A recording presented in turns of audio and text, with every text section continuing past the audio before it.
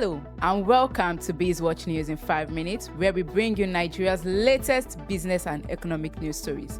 My name is Oluwatoyin Akonde, and here are the top news stories as the week winds down. The headlines. Nigeria's external reserves draw by $3.5 billion in H1 2025.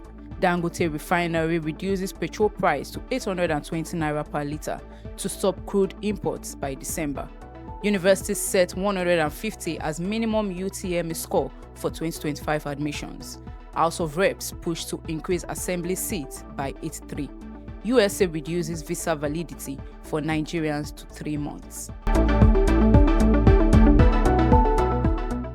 And now, the news in details. Nigeria's gross external reserves are falling to $37.1 billion according to the latest update from the Central Bank of Nigeria currency platform.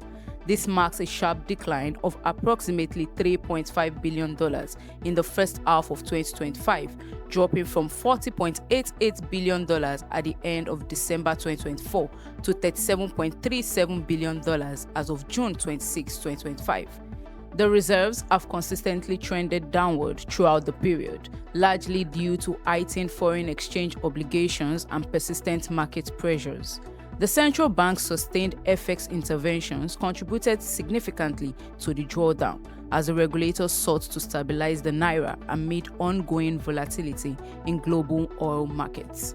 In a renewed effort to ease fuel prices and stabilize market dynamics, the Dangote Petroleum Refinery has announced the fresh downward adjustment in the ex-depot price of premium motor spirits, widely known as petrol.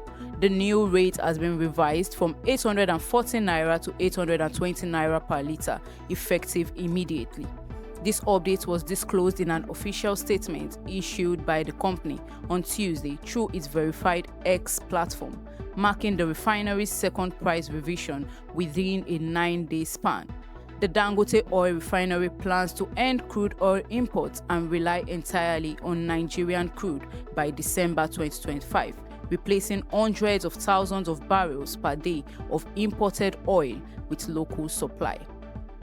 At the 2025 policy meeting organized by the Joint Admissions and Matriculation Board, JAMB, heads of universities across Nigeria have set 150 as the minimum UTME benchmark for admissions into universities for the 2025 admissions.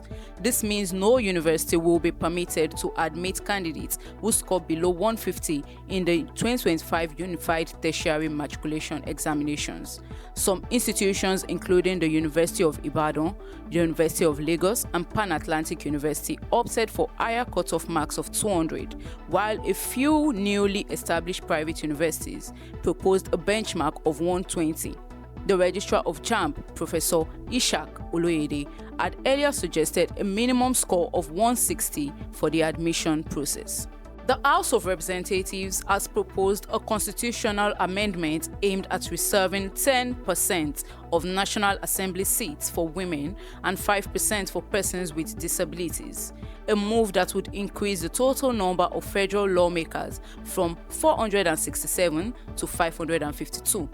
The proposal recommends the creation of 83 new seats exclusively for women, 55 in the House of Representatives, raising its total from 360 to 415, and 28 in the Senate, increasing the chamber's seats from 109 to 137.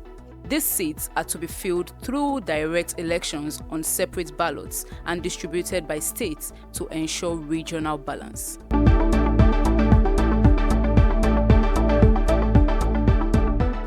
And on the global scene, the United States Department of State has announced a new policy reducing the validity of most non-immigrant, non-diplomatic visas issued to Nigerian citizens from 2 years to 3 months.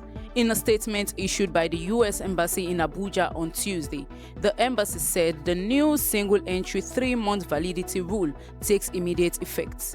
However, it clarified that visas issued before July 8, 2025 will retain their original validity. The embassy explained that the adjustment is part of the department's global visa reciprocity process, which periodically reviews and aligns visa validity and entry permissions with those offered to US citizens by other countries. And that's all we have for the week on BizWatch News in 5 minutes. Don't forget to like, share, and subscribe to stay updated on Nigeria's latest business and economic news stories. I am Oluwatoyin Akonde, and I'll see you next week.